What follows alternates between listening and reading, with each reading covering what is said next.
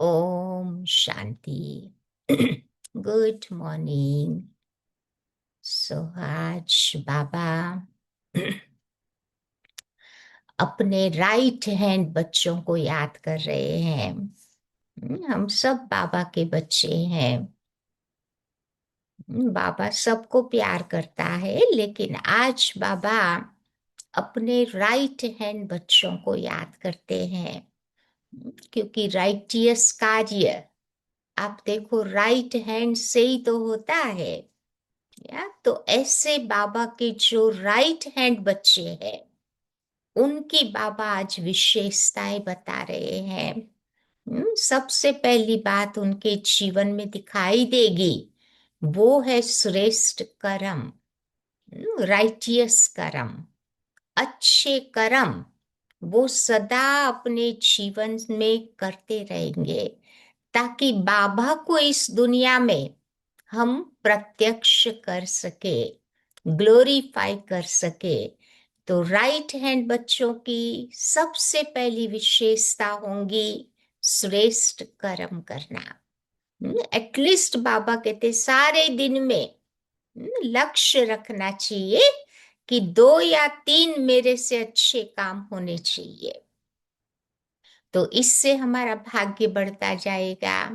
फिर बाबा के जो राइट हैंड बच्चे होते हैं, वो सदा सहयोगी बच्चे होते हैं। और सहयोग देने वाले का योग नेचुरल बाबा के साथ रहेगा। हर कार्य में वो सहयोगी होंगे। कभी बाबा को बहानेबाजी करने वाले नहीं होंगे, लेजी नहीं होंगे, केयरलेस नहीं होंगे, आलसी नहीं होंगे। तो सदा सहयोगी, ये बाबा कहते हैं राइट हैंड बच्चों की विशेषता है। चाहे माइंड, बॉडी, वेल्थ, अपनी विशेषताएं जो भी बाबा ने मुझे दी है, मुझे उसके कार्य में उसको लगानी है। उनके अंदर का ये तीव्र संकल्प होगा। फिर बाबा के जो राइट हैंड बच्चे हैं, बाबा कहते सबके साथ प्यार से चलने वाले बच्चे होंगे। क्योंकि हरेक के स्वभाव संस्कार अलग है, उसे समझकर हमें चलते चलना है। ज्यादा एक्सपेक्टेशंस कोई से नहीं रखनी है, क्योंकि हरेक की अपनी कैपेसिटी है, हरेक के अपनी समस्याएं हैं, हरेक के अपने बंधन है। उस अनुसार ही वो चलेगा। तो बाबा कहते एकदम जीरो एक्सपेक्टेशन रखकर सबके साथ प्यार से चलते चलो। हर एक के स्वभाव संस्कारों को समझकर मुझे चलना है, ताकि मुझे किसी के पर भी गुस्सा नहीं आएगा। और प्यार से हम बाबा का कार्य कर पाएंगे। फिर बाबा कहते कि जो बाबा के राइट हैंड बच्चे, वो बहुत पावरफुल बच्चे होंगे। उनके अंदर भगवान की शक्ति, रूहानी शक्ति होगी। वो रूहानी शक्ति से अनेक आत्माओं को बाबा के नजदीक ना लाने वाले बच्चे होंगे। उनके मनसा, वाचा, कर्मणा, वृत्ति, दृष्टि, सब में वो पावर का आत्मा अनुभव करेगी। क्योंकि कहते हैं ना कि नॉलेज इज अ लाइट, ज्ञान प्रकाश देता है। परंतु उस नॉलेज को जीवन में उतारते हैं, तब माइट आती है। तो बाबा की एक एक बातों को अपने जीवन में उतार कर एक्सपेरिमेंट करने वाले वो बच्चे होंगे, प्रयोगी बच्चे होंगे। फिर बाबा कहते हैं जो बाबा के राइट हैंड बच्चे, उनमें पवित्रता की भी ताकत होगी। बाबा ने बोला ना, कंप्लीट प्यूरिटी। कंप्लीट प्यूरिटी क्या है?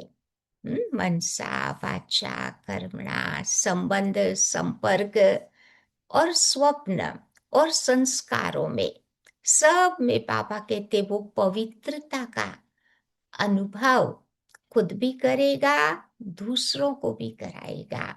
तो ऐसी पवित्र आत्माएं, वो राइट हैंड की विशेषता है।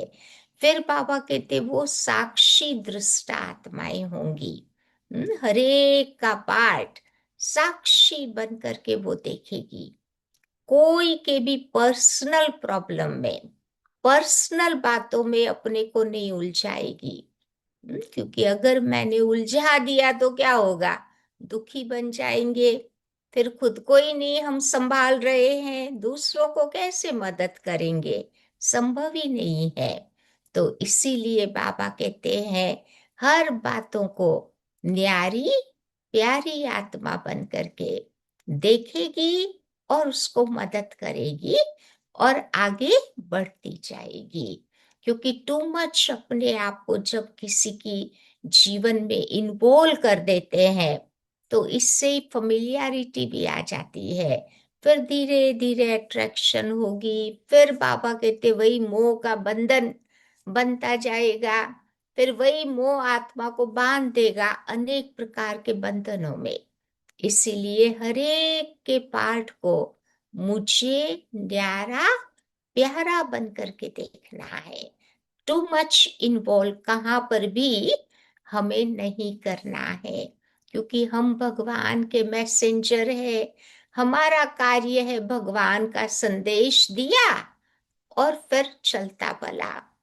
तभी तो एंजल्स को आप देखो, कहाँ पर भी किसी के जीवन में टू मच अटैच होते हुए नहीं देखा है।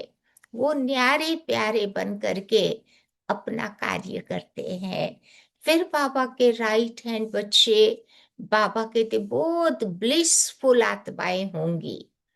सदैव अपने जीवन में आनंद का अनुभव करेगी।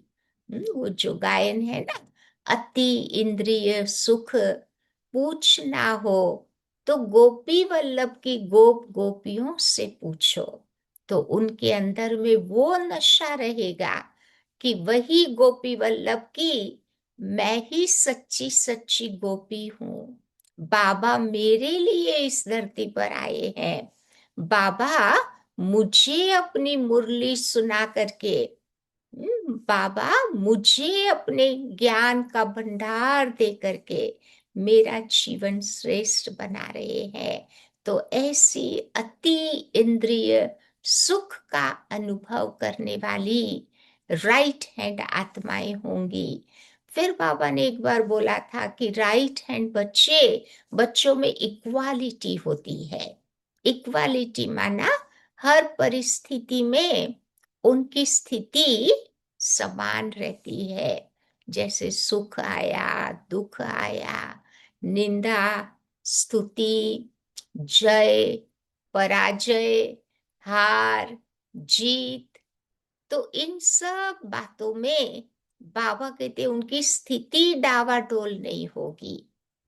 सब में एक समान स्थिति, अंगत के समान, अचल अडोल स्थिर स्थिति का वो अनुभव करते रहेंगे। फिर बाबा के जो राइट हैंड बच्चे वो माया जीत होंगे। उनके पास तीसरा नेत्र तो है ही है, जिससे भगवान को तो परखते ही है, साथ ही साथ माया को भी परखने के लिए यही तीसरा नेत्र कार्य करता। तो दोनों के नॉलेजफुल बन करके वो अपने जीवन में आगे बढ़ते चलेंगे। फिर उनके पास योग का कवच भी होगा, क्योंकि पहले के जमाने में देखो युद्ध के मैदान में जाते थे ना तो कवच पहन के जाते थे। आज की दुनिया में भी आप देखो बुलेट प्रूफ जैकेट पहन करके जाते हैं ताकि वो गोली का उतना असर नहीं होवे। तो पहले ये कवच पहनते थे। तो बाबा कहते इस ब्राह्मण जीवन में योग ही तो हमारा कवच है ना।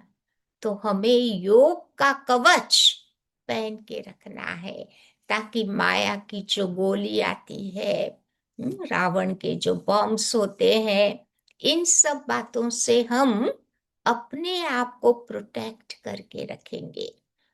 तो योग का कवच माना उनका योग में बहुत अच्छा इंटरेस्ट होगा। योग के अलग अलग एक्सपेरिमेंट वो करते रहेंगे। कभी अशरीरी स्थिति का अनुभव, कभी अव्यक्त स्थिति का अनुभव, कभी कंबाइंड रूप का अनुभव, कभी कर्म योगी बन करके बाबा को साथ रखने का अनुभव। तो ये अलग अलग प्रकार की योग की स्थिति का गहरा अनुभव करना, वही हमारे जीवन में योग का कवच बन जाता है। फिर छोटी मोटी बातें हमें डिस्टर्ब नहीं करती है। और एक लास्ट बात, राइट हैंड बच्चों के अंदर बैलेंस बहुत होगा, उनकी जीवन बैलेंस वाली होगी। लौकिक अलौकिक का बैलेंस, कभी कभी टू मच लौकिक में इन्वॉल्व हो जाते हैं, अलौकिक भूल जाता है। कभी टू मच अलौकिक में चले जाओ तो लौकिक भूल जाता है। तो बाबा कहते हैं दोनों को मुझे निभा करके चलना है। उसका जितना महत्व हम लौकिक को देते हैं, उतना ही मेरा महत्व अलौकिक के प्रति भी होना चाहिए। बाबा के लिए भी मेरी कमिटमेंट होनी चाहिए। देखो लौकिक में छोटी मोटी बात भी कितना सीरियसली हम लोग लेते हैं। सोचते हैं कि ये हमारे लौकिक वालों की इच्छा है तो हमें वही करना पड़ेगा। तो कभी सोचना है कि मेरा बाबा, उसके साथ भी तो मेरी कमिटमेंट है ना। मेरा बाबा क्या सोचेगा, उसके कार्य के प्रति हम ऑनेस्ट नहीं रहे। तो ये सब प्रकार का बैलेंस रख करके राइट हैंड वाले बच्चे चलते हैं, क्योंकि बाबा ने उस दुनिया में गृहस्थ में रखा है, तो बैलेंस तो करना पड़ेगा। तो दोनों कार्य हम्म, हम अच्छी तरह से निभा पाएंगे और दोनों को खुश कर पाएंगे। क्योंकि भगवान को राजी करना ये बहुत बड़ी बात है, और वो ताकत सब में नहीं होती है, केवल बाबा के बच्चों में ही होती है। तो आज बाबा अपने ऐसे राइट हैंड बच्चों को बहुत प्यार से याद कर रहे हैं और इशारा भी कर रहे हैं कि हमें लक्ष्य संगम युग में रखना है। बाबा के हम राइट हैंड बच्चे बन करके राइटियस कार्य सदा करते चले, श्रेष्ठ कर्म सदा करते चले।